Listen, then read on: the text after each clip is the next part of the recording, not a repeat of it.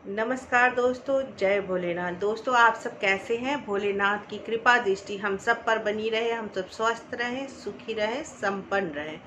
तो दोस्तों, 13 अगस्त 2021 को नाग पंचमी है। सावन माह के शुक्ल पक्ष की पंचमी तिथि को नाग पंचमी मनाई जाती है। अगर हम नाग पंचमी में कुछ छोटे उपाय कर लें तो हमारे जीवन की बहुत सारी परेशानियां दूर होती हैं। किसी जातक की कुंडली में अगर काल सर्प योग है तो इसका भी निवारण नागपंचमी के दिन किया जा सकता है।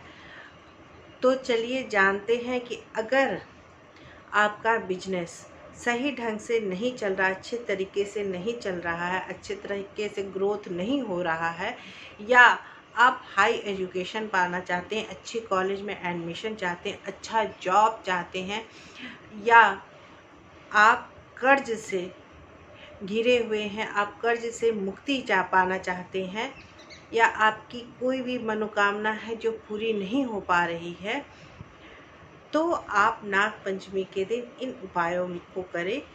या आपको कोई बार आपको कोई धोखा दे रहा है तो इन सब से छुटकारा पाने के लिए आप इन उपायों को नाग पंचमी के दिन करें, आपको सफलता जरूर मिलेगी। तो चलिए हम देख लेते हैं इस वीडियो के माध्यम से। इससे पहले कि मैं नीतू, मेरे चैनल में आप सबका बहुत बहुत स्वागत है। अगर आप मेरे चैनल में नए आए हैं तो मेरे चैनल को सब्सक्राइब करना ना भूलें, बेल आइकन का बटन जरूर प्रेस करें ताकि नई वीडियो आप तक पहुंच सके। अगर आपका बिजनेस सही ढंग से नहीं चल रहा है, सही ढंग से ग्रोथ नहीं कर रहा है, बिजनेस में हमेशा उतार ही उतार है, बिजनेस में घाटा हो रहा है, तो आप नाग पंचमी के दिन यानी कि 13 अगस्त को जो नाग पंचमी आ रहा है उस दिन आपको सुबह नहा धोआ करके शिव जी का रुद्राभिषेक करना है। रुद्राभिषेक करने के बाद आप कोई भी गरीब को खाना खिलाएं। अगर सामर्थ्य है तो ज़्यादा लोग को खाना खिला दे, नहीं अगर सामर्थ्य है तो एक को भी खिलाएं, लेकिन बैठा करके उसे खाना जरूर खिलाएं। किसी भी गरीब को, चाहे वो आपके घर में काम करता हो, चाहे आपका ड्राइवर हो, चाहे कोई भी हो, आप उसे खाना अवश्य खिलाएं। ऐसा करने से आपका बिजनेस में ग्रोथ होने लगेगा, आपका बिजनेस बहुत ऊंचाइयों तक जाएगा। अगर आपका ऋण बहुत बढ़ गया है, कर्ज के बोझ के तले आप दबे हुए हैं, आप लोन्स आपके ऊपर चढ़ गया है, आपके पास इतना पैसा नहीं हो पा रहा है कि आप कर्ज से मुक्त हो पाएँ, आपके पास पैसा कहीं से आ नहीं रहा है और आप कर्ज की बोझ से दबे जा रहे हैं, तो आप नाग पंचमी के दिन इस उपाय को ज़रूर से ज़रूर करें। इस उपाय को करने से आपके कर्ज से मुक्ति मिलेगी। आपको लेना है चंदन का इत्र। अगर आपके पास है तो ठीक है, नहीं है तो आप मार्केट से खरीद करके ले आए। आपको लेना है चंदन का इत्र और आपको लेना है रुई। रुई जो जिससे हम लोग बाती बनाते हैं वो कॉटन लेना है, रुई लेना है आपको। और रुई की आपको छोटी छोटी गोली बनाना है 108। ध्यान से सुनिए, रुई को आपको छोटे छोटे से बॉल जैसा 108 गोली बनाना है। फिर आपको नाग पंचमी के दिन सुबह उठ करके नहा धोआ करके कोई भी शिव मंदिर में जाएं और वहाँ पर शिव जी को जलाभिषेक करके उसके बाद आपको इसे चढ़ाना। प्रत्येक गोली में आपको चंदन का इत्र लगाना है और शिव जी पर अर्पित करना है। अर्पित करते समय प्रत्येक गोली जब आप अर्पित करते हैं, रुई की गोली अगर शिव जी पर जब चढ़ाते हैं तो इस मंत्र का आप जाप करते हुए चढ़ाइए। ओम ऋण मुक्तेश्वर महादेवाय नमः का जाप करते हुए आप 108 बार रुई को चढ़ाएं, इत्र लगा करके, चंदन का इत्र। और प्रत्येक चढ़ाते वक्त प्रत्येक बार आपको इस मंत्र का जाप करना है। ध्यान से सुन लीजिए, ओम ऋण मुक्तेश्वर महादेवाय नमः। ऐसा कर करके आप सीधे घर आ जाएं। उसके बाद आप खुद देखेंगे, खुद अनुभव करेंगे कुछ दिनों में कि आपकी कि जो भी कर्ज आपके ऊपर जो चढ़ा हुआ है, उससे आपको धीरे धीरे किसी भी कारणवश आपको मुक्ति मिलना शुरू हो जाएगी। आप इस चीज़ को करके देखें, ये बहुत ही कारगर उपाय है।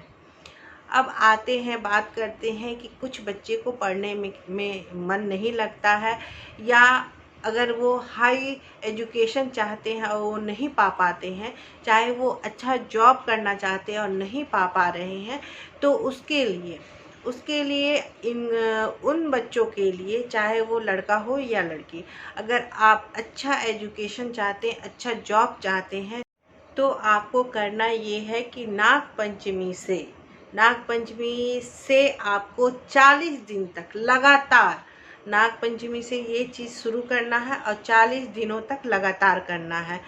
आपको माँ सरस्वती का चालीसा पाठ करना है।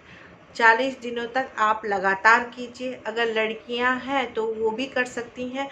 अगर बीच में अगर उन्हें पीरियड आ जाता है तो कोई बात नहीं, मोबाइल से सुन करके आप पाठ कर सकती हैं। उसके बाद आपको 40 दिनों के बाद आप खुद देखेंगे कि आपकी जो आप एजुकेशन पाना चाहते हैं, चाहे आप अच्छे कॉलेज में जाना चाहते हैं, चाहे आप अच्छे जॉब पाना चाहते हैं, सभी आपको मिलने लगेगा। आप इस उपाय को ज़रूर करें।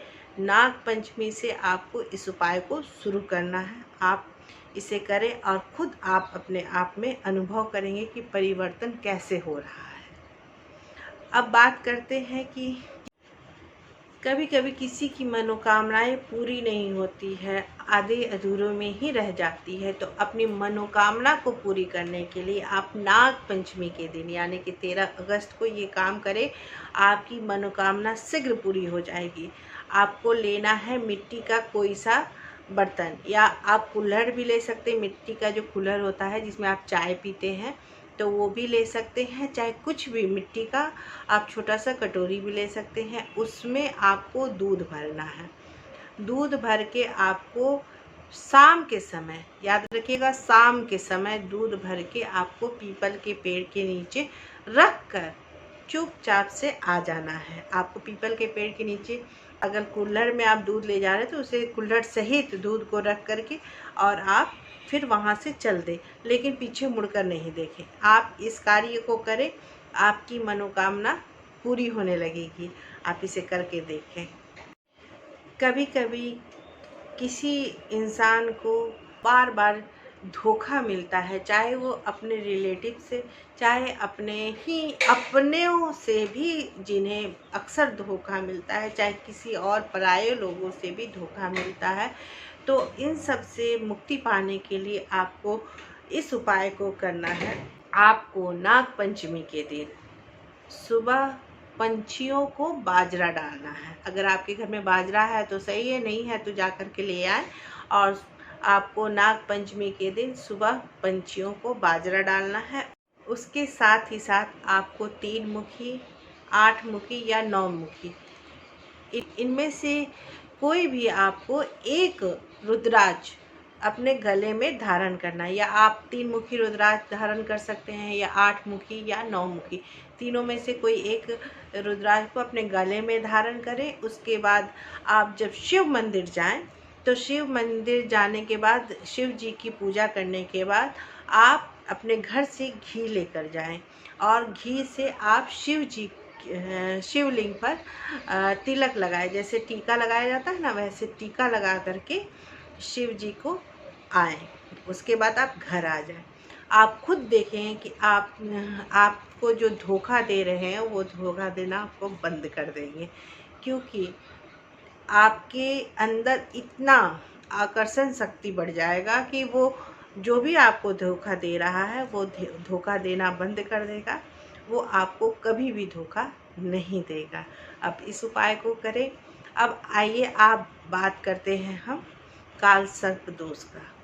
अगर आपकी कुंडली में काल सर्प दोष है, पहले आप समझ लीजिए कि कुंडली में काल सर्प दोष कैसे होता है। जब राहु और केतु के मध्य 7 ग्रह आ जाते हैं तब काल सर्प योग बनता है। जैसे कि राहु अगर एक भाव पे है और 7वें भाव पे केतु है, और एक साइड जैसे कि दाहिने साइड चाहे बाएं साइड आपके सारे ग्रह आ गए तो ये काल सर्प दोष बनता है। काल सर्प दोष 12 प्रकार के होते हैं, मैं अगले वीडियो में बताऊंगी। जैसे कि इस कुंडली को देखिए, इसमें काल सर्प योग बन रहा है। केतु दूसरे भाव पे है और 8वें भाव पे राहु है और बीच में सारे ग्रह आ गए हैं तो ये काल सर्प दोष बनता है। एक साइड हो जाते हैं सारे ग्रह तो ये काल सर्प दोष होते हैं। तो इस दोष से मुक्ति पाने के लिए नाग पंचमी के दिन आप इन उपायों को कर सकते हैं। नाग पंचमी के दिन पहला उपाय आप ये भी कर सकते हैं कि नाग पंचमी के दिन किसी भी सपेरे से नाग नागिन का एक जोड़ा खरीदकर सपेरे से ही उस जोड़े को किसी भी जंगल में आप ले जा कर के सपेरे को कहे कि उसे मुक्त कर दे। ये करने से भी आपके काल सर्प दोष खत्म हो जाते हैं। अगर ये संभव नहीं है तो आप दूसरा उपाय ये भी कर सकते हैं। दूसरा उपाय आप ये कर सकते हैं कि नाग पंचमी के दिन काल सर्प दोष शांति के लिए आप पूजा कराएं। पूजा में चांदी के नाग नागिन को बनवाएं, छोटे से चांदी के आप नाग नागिन का जोड़ा बनाएं और उसे किसी भी जल में प्रवाहित कर दें।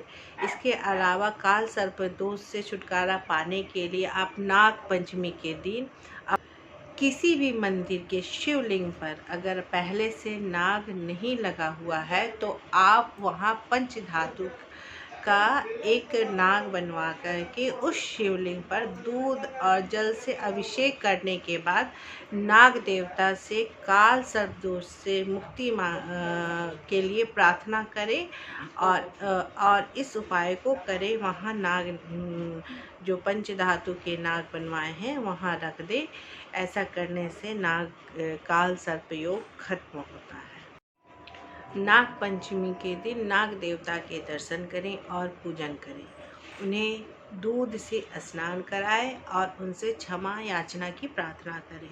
इसके बाद राहु केतु की शांति की पूजा करें।